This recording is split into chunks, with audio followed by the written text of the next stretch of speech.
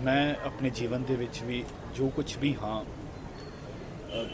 ਸਿਆਸੀ ਤੌਰ ਤੇ ਜਾਂ ਵੈਸੇ ਦੁਨਿਆਵੀ ਤੌਰ ਤੇ ਉਹ ਸਭ ਅਤੇ ਸਭ ਮੇਰੇ ਗੁਰੂ ਦੀ ਰਹਿਮਤ ਸਦਕਾ, ਮੇਰੇ ਗੁਰੂ ਦੀ ਬਖਸ਼ਿਸ਼ ਸਦਕਾ, ਛੇਵੇਂ ਪਾਤਸ਼ਾਹ ਧੰਨ ਧੰਨ ਗੁਰੂ ਹਰਗੋਬਿੰਦ ਸਾਹਿਬ ਜੀ ਦੀ ਪਿਤਾ ਜੀ ਦੀ ਸਦਕਾ। ਮੈਂ ਬਚਪਨ 'ਚ ਮੈਂ ਉਸ ਦਿਨ ਵੀ ਜ਼ਿਕਰ ਕੀਤਾ ਸੀ, ਜਦੋਂ ਵੀ ਦਰਬਾਰ ਸਾਹਿਬ ਆਉਂਦੇ ਸੀ ਤਾਂ ਹਮੇਸ਼ਾ ਮੈਂ ਸ਼੍ਰੀ ਅਕਾਲ ਤਖਤ ਸਾਹਿਬ ਦੇ ਉੱਤੇ ਛੇਵੇਂ ਪਾਤਸ਼ਾਹ ਦੇ ਚਰਨਾਂ 'ਚ ਅਰਦਾਸ ਕਰਦਾ ਸੀ। ਤੇ ਮੈਂ ਇਹ ਸਮਝਦਾ ਜੋ ਕੁਝ ਵੀ ਸਾਡੇ ਵਰਗੇ ਆਮ ਘਰਾਂ ਦੇ ਬੱਚੇ, ਜੇ ਅਗਰ ਮੈਨੂੰ ਅੱਜ ਮੈਂ ਪੰਜਾਬ 'ਚ ਮੰਤਰੀ ਹਾਂ, ਸਿਰਫ ਅਤੇ ਸਿਰਫ ਮੇਰੇ ਗੁਰੂ ਸਾਹਿਬ ਦੀ ਰਹਿਮਤ ਹੈ। ਮੇਰੇ ਕੋਲ ਹੋਰ ਕੁਝ ਵੀ ਨਹੀਂ ਜਿਹਦੇ 'ਤੇ ਮੈਂ ਮਾਣ ਕਰ ਸਕਾਂ, ਕੋਈ ਵੀ ਇੱਦਾਂ ਦੀ ਚੀਜ਼ ਨਹੀਂ ਜਿਹਦੇ 'ਤੇ ਮੈਂ ਕਹਿ ਸਕਾਂ ਮੈਂ ਇਸ ਕਰਕੇ ਕਾਮਯਾਬ ਹੋਇਆ। मेरी कामयाबी, मेरे ते रहमत, ये सिर्फ अते सिर्फ मेरे गुरु साहब की बख्शिश है। इन्हीं की कृपा से सजे हम हैं, नहीं मुँह से गरीब करोड़ परे। मेरे अर्गे करोड़ा है, ये गुरु साहब ने बख्शिश करके सेवा दी है।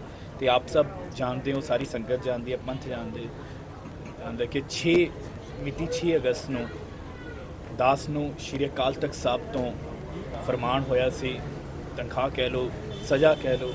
मेरे लिए वो ਰੱਬੀ ਫਰਮਾਨ ਸੀ, ਮੇਰੇ ਲਈ ਉਹ ਇਲਾਹੀ ਫਰਮਾਨ ਸੀ, ਮੇਰੇ ਲਈ ਉਹ ਮੇਰੇ ਪਿਤਾ ਦਾ ਹੁਕਮ ਸੀ, ਸ਼੍ਰੀ ਗੁਰੂ ਹਰਗੋਬਿੰਦ ਸਾਹਿਬ ਜੀ ਦਾ ਫਰਮਾਨ ਸੀ। ਤੇ ਗੁਰੂ ਸਾਹਿਬ ਨੇ ਆਪ ਸੀਸ ਦੇ ਉੱਤੇ ਹੱਥ ਰੱਖ ਕੇ ਨਿਮਾਣੇ ਤੋਂ ਉਹ ਸਾਰੀ ਸੇਵਾ ਮੁਕੰਮਲ ਕਰਾਈ ਹੈ।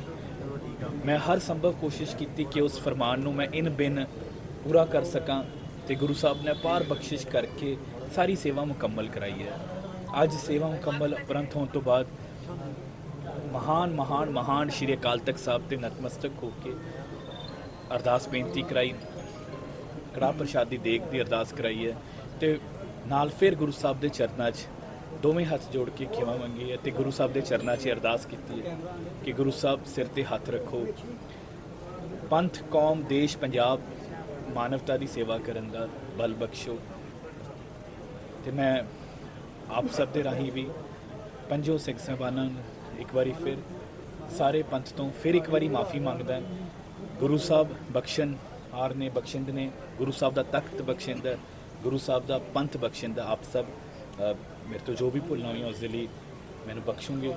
ਤੇ ਇਹ ਵੀ ਆਪ ਸਭ ਦੇ ਚਰਨਾਂ 'ਚ ਵੀ ਅਰਦਾਸ ਹੈ ਕਿ ਅਸੀਂ ਅਰਦਾਸ ਕਰੋ ਗੁਰੂ ਸਾਹਿਬ ਕਿ ਗੁਰੂ ਸਾਹਿਬ ਸਮਤ ਬਖਸ਼ਣ ਤਾਂ ਕਿ ਦੇਸ਼, ਕੌਮ, ਪੰਜਾਬ ਦੀ ਸੇਵਾ ਕਰ ਸਕੀਏ। ਵਾਹਿ ਖਾਲਸਾ ਵਾਹਿ ਫਤਿਹ। ਮੈਂ ਸਾਹਿਬ, ਤੁਸੀਂ ਗੁਰੂ ਘਰਾਂ ਦੇ ਵਿੱਚ ਗਏ ਹੋ, ਤੁਸੀਂ ਉਹ ਬਾਜ਼ਾਰ ਦੇਖੇ ਨੇ, ਤੁਹਾਨੂੰ ਲੱਗਦਾ ਹੈ ਕਿ ਥੋੜ੍ਹੀਆਂ ਬਹੁਤੀਆਂ ਕਮੀਆਂ ਸੀਗੀਆਂ ਗਲੀਆਂ ਨਾਲੀਆਂ ਦੀਆਂ? ਮੈਂ ਥੋੜ੍ਹੀ ਦੇਰ 'ਚ ਆਪਣਾ ਜੋ ਰਿਟਨ ਇੱਥੇ ਦਿੱਤਾ ਉਹਦੇ 'ਚ ਦੱਸ ਦਿੰਦਾ।